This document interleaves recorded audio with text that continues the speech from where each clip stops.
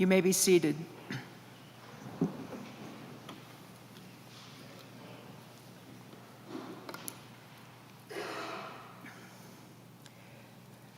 You all are regulars. You make it here the Sunday after Christmas.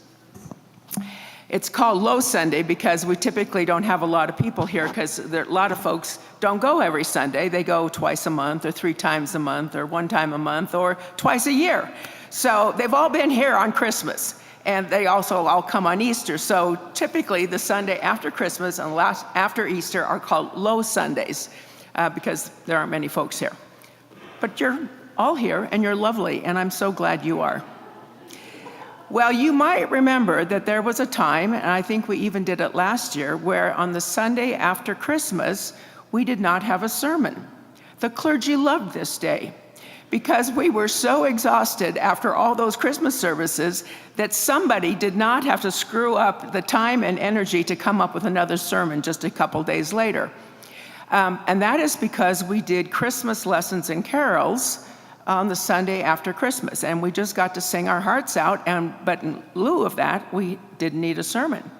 Well, this year, we had Advent lessons and carols a couple weeks ago, and that was done at 5 o'clock in the evening, and there was no sermon there either, but because we did Advent lessons and carols, we are not doing Christmas lessons and carols, so you all got to listen to a sermon.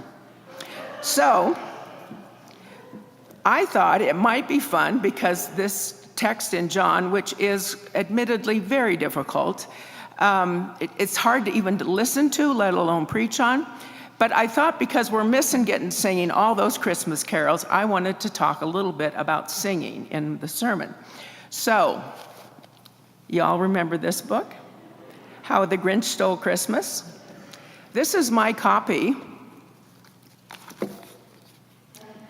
I read it a lot to my children when they were little. They're now in their 40s. So we wore this book out.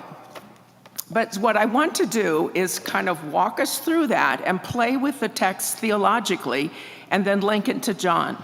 Okay? 15 minutes, I can do this. Alrighty. So the story of the Grinch was written in 1957 by Theodor Geisel, otherwise known as Dr. Seuss. And I looked in the front. The reason I wanted to know when he had written it, because in one place he talks about ice boxes.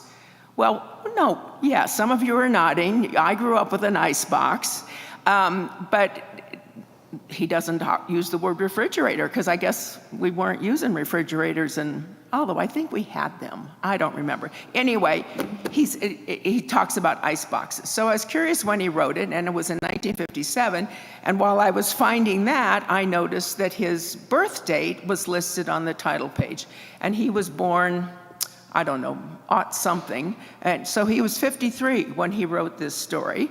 And that caught my eye because at one point in this story, he says that the Grinch had been unhappy, hated Christmas for 53 years.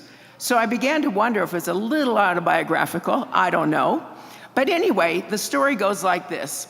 So there's this man, I don't know if he's a man, he's a creature. His name is Grinch. And he lives in a cave up north of Whoville.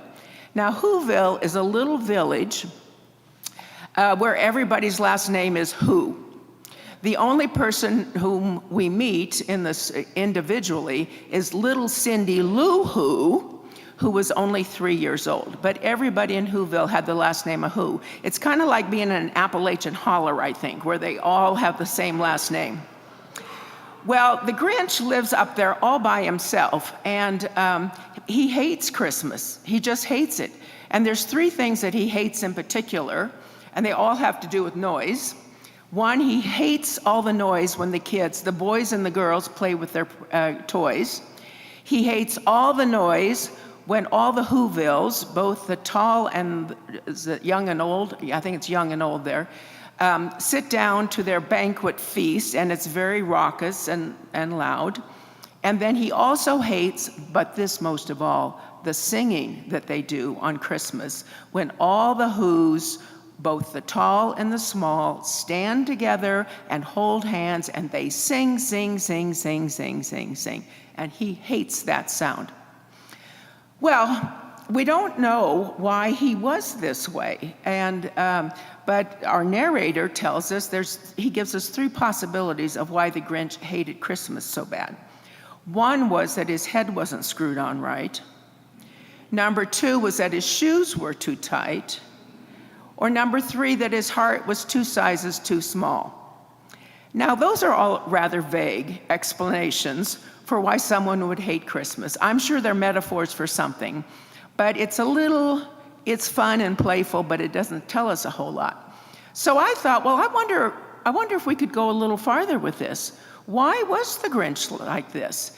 And so I noticed things about him in the story. Number one, his last name is not Who. He's not one of them. He's different. And I don't know how he got there. I mean, he's hated Christmas 53 years. Has he been living in that cave 53 years? Or did he come recently? Or if he's only 53 years old, how did he get there? Was he an orphan, a foundling, sort of like Romulus and Remus, who founded Rome? What's he doing up there? I don't know. Don't know his history. But then what I noticed is the Who's are very communal. When he's talking about playing with toys, it's the boys and the girls. When they're talking about the meal, it's the young and the old. When we're talking about singing, it's the tall and the small. They do all kinds of things together. They belong. The Grinch doesn't belong. He, as I said, doesn't have their last name, but he's living all by himself, except, of course, he's got his dog Max up there with him. But he seems to have no connection with this community. And for whatever reason, I began to think he probably was some sort of wounded person. I mean, isn't that why people get crabby about stuff? I know I get crabby either because I'm tired or because I didn't get my way or because somebody hurt my feelings or somebody didn't include me. I mean, you're all smiling because we all do this, right? That's when we get really grumpy and crabby, when something hasn't gone right in our world and we have been hurt. So I imagine this was a quite wounded character. And so it has made him bitter and joyless and cranky. But after 53 years of hating Christmas, he's decided on a plan. He's going to steal it. Yes, it turns him to a life of crime, this Christmas hating. And so he finally gets this idea by Christmas Eve night, and he's decided he's going to steal Christmas. So he gets a Santa Claus suit, and he gets a sleigh, and he ties a horn to the head of his poor dog, Max, to look like sort of a reindeer. And the two of them take off. They go down the hill, and they goes into the town. Everybody's already asleep. They're dreaming of sugar plums or whatever one does at Christmas Eve night. People who aren't in church that time of night, like all of you probably, and me too. And he starts stealing. And that's the longest piece of this text, is when he is doing this stealing from the home of little Cindy Lou, who was only 3 years old. And so he steals all the presents. He steals the food, including from the icebox, including their last can of Who hash. He steals the tree and the lights and the wreath and the mistletoe and all manner of tinsel or trappings or wrappings or anything he can find. And he stuffs them all up the chimney, we're told. And he even takes the log for the fireplace, steals it all. So he manages, must have been a small village, because he gets all this done by morning light. And he has everything in his sleigh. He slips out of town before anybody's up, and he takes this sleigh all the way up to the top of Mount Crumpet, because he's going to dump it over the edge, kind of like in a landfill, I guess. It was called Lockwood, I guess. So anyway, but first, before he gets busy dumping all of this stuff, he wants to hear how disappointed all the Who's are going to be. He knows that because he's stolen Christmas, they are going to start boo-hooing.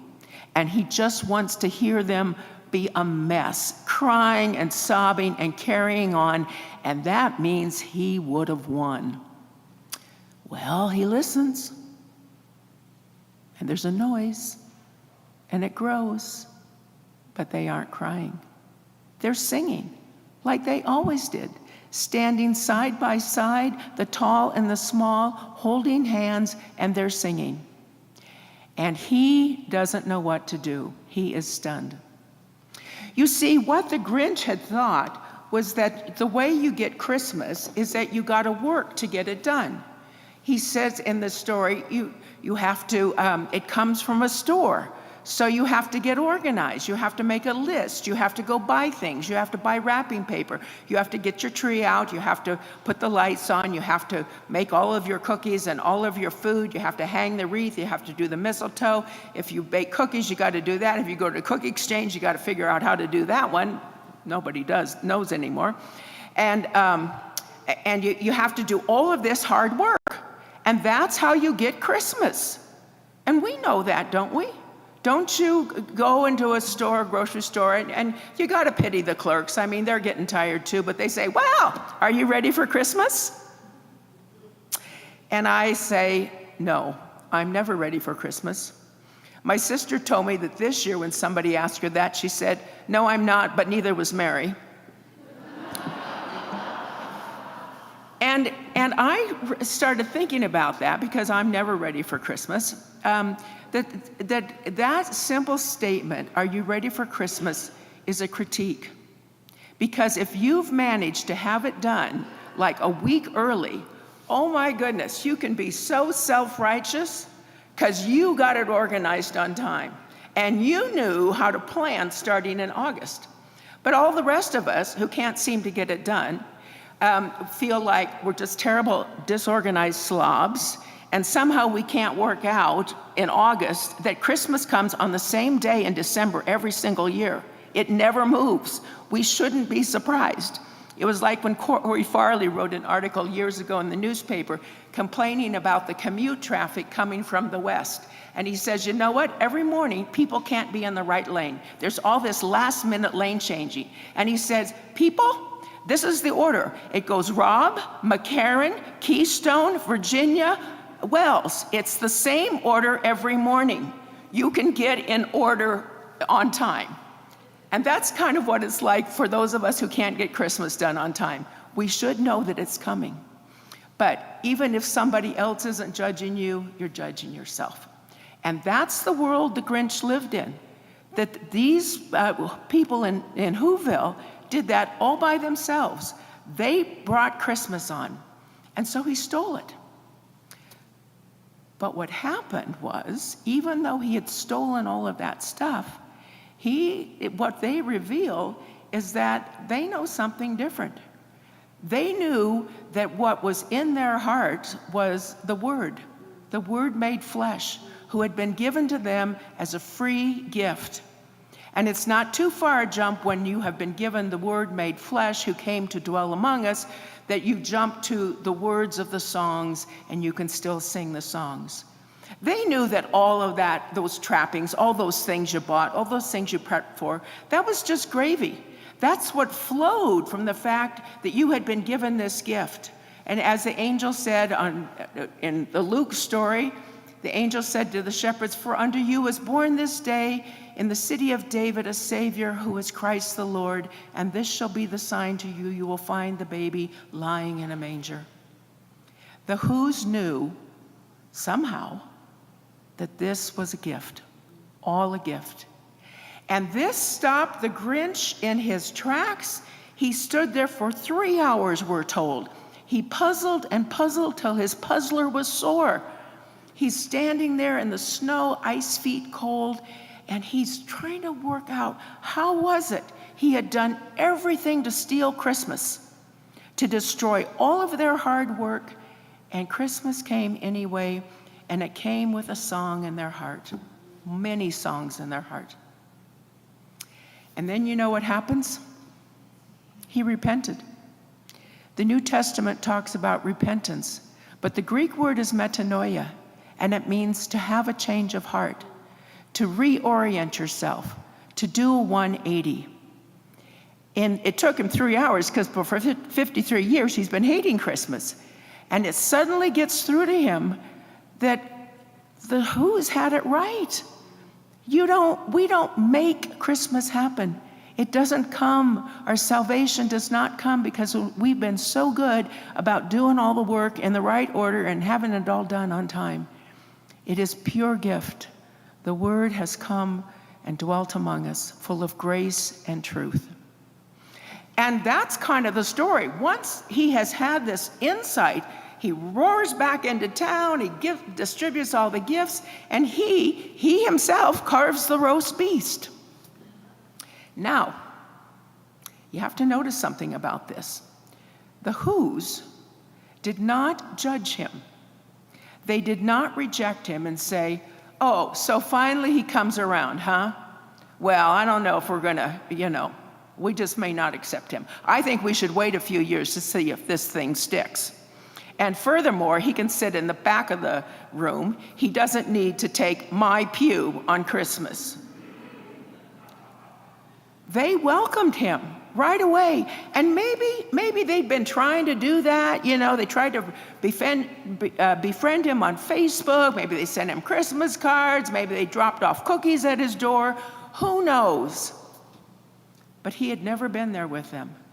And that didn't make it one bit of difference to them.